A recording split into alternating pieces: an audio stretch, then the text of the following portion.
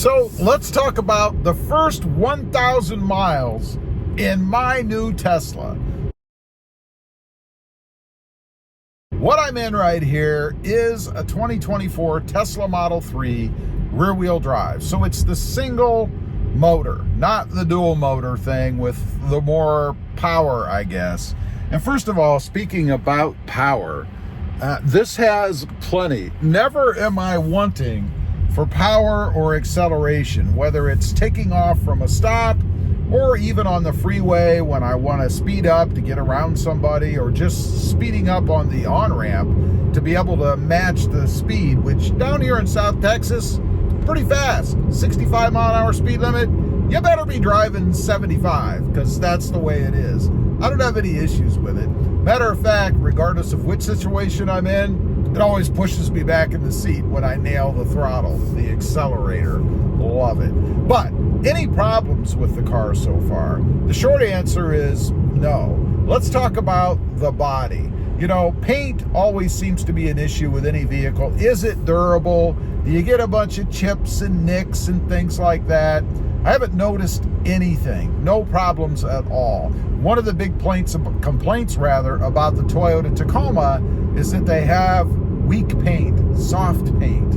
I don't have any issues like that in this car. Everything looks just like it did the day that I bought it, which is a testament to, I guess, the process that Tesla uses to paint and cure the car. What about moldings and fitment and all of the gapping and things like that for the body seams and those kind of things? This car is spot on. I know early on when the 2024 first came out, it is a refresh, by the way. Matter of fact, some might even call it a redesign. But people had problems with the trim in the back, on the quarter panels, or the sides, I guess, the fenders in the back, not really matching up. Whatever Tesla did, they took care of that. I don't have any issues unless I just got lucky. Everything matches up nicely. The seams all meet well, particularly on the hood. You know, it's always really noticeable if you've got a problem with alignment between the hood and the fenders, right? You can always see a bigger gap on one side or the other because it catches the eye. Perfect on this car, no problems at all with that. How about on the interior? You know, it's pretty simplistic in here. We don't have a lot of vents and gauges and seams and stuff like that. It's very basic in here, and there really shouldn't be any problems because there's just not enough different surfaces coming together to have problems, right? And we don't.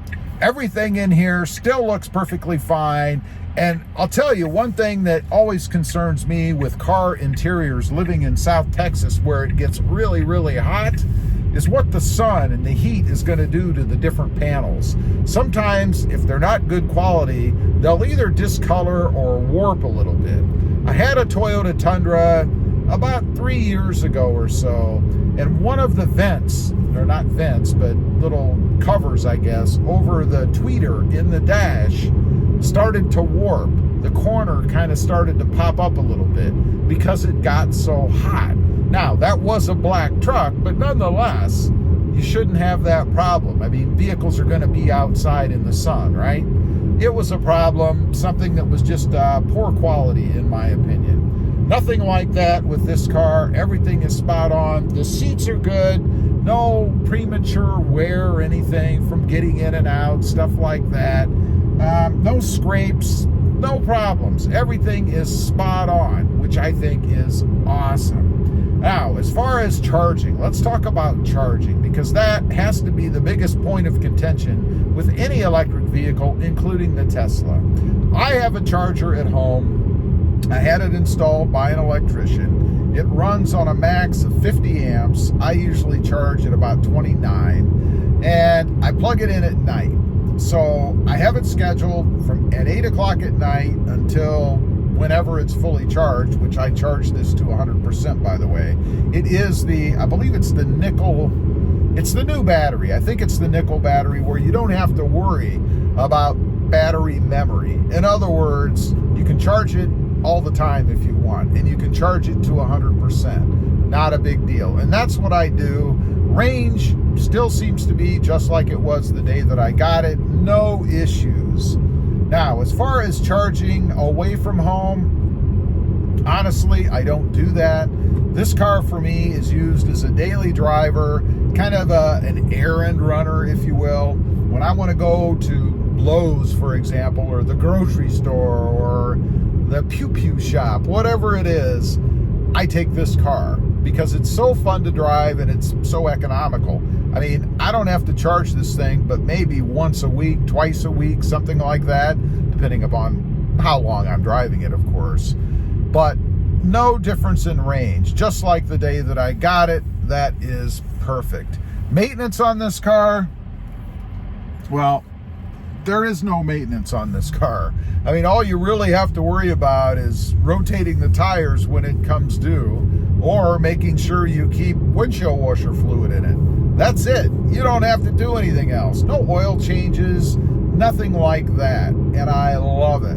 You know, I often catch myself thinking, gee, is it time for an oil change in the new Tesla? And then I have to remind myself, wait a minute, it doesn't get oil changes. I don't have to do anything. Matter of fact, if I never have a problem with the car, I never have to take it back to a Tesla dealer again. I can do the tire rotations myself. I love that.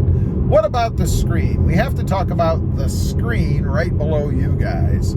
Is it responsive? Is it good enough? First of all, gotta say, I love it. It's awesome. This nice big, I think it's 15 inches, something like that, diagonally.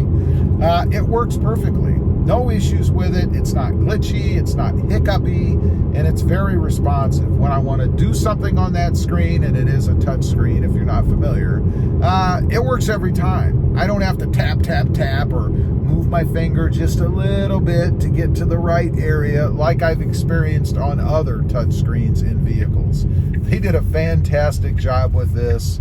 I love it. It's awesome. There is one thing in this car that I don't like, and I think I touched on this in a video in the past, and that is the turn signal setup.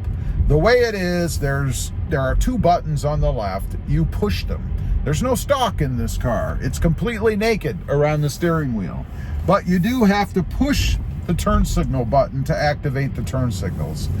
I wish there was a stalk in this vehicle. I think it would be better, probably because I've always driven with a stalk. I've always had an arm or a lever, if you will, you know, for the turn signal.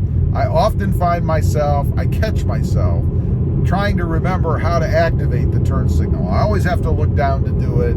I still have not gotten to a point where I can just feel it and touch. And there is a little bar or line there that you can feel with your thumb. So I guess if you got used to it enough, you would be able to get used to doing that. Just not something I have managed to conquer yet.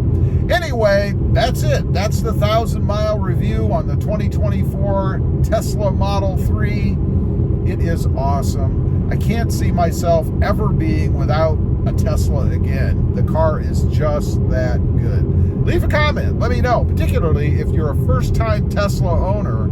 How has it been for you? Do you like it? Would you ever go back to a sole ICE vehicle, gas-powered vehicle, or not? I'd just be curious to know. Thanks for watching. Stay safe out there. Bye.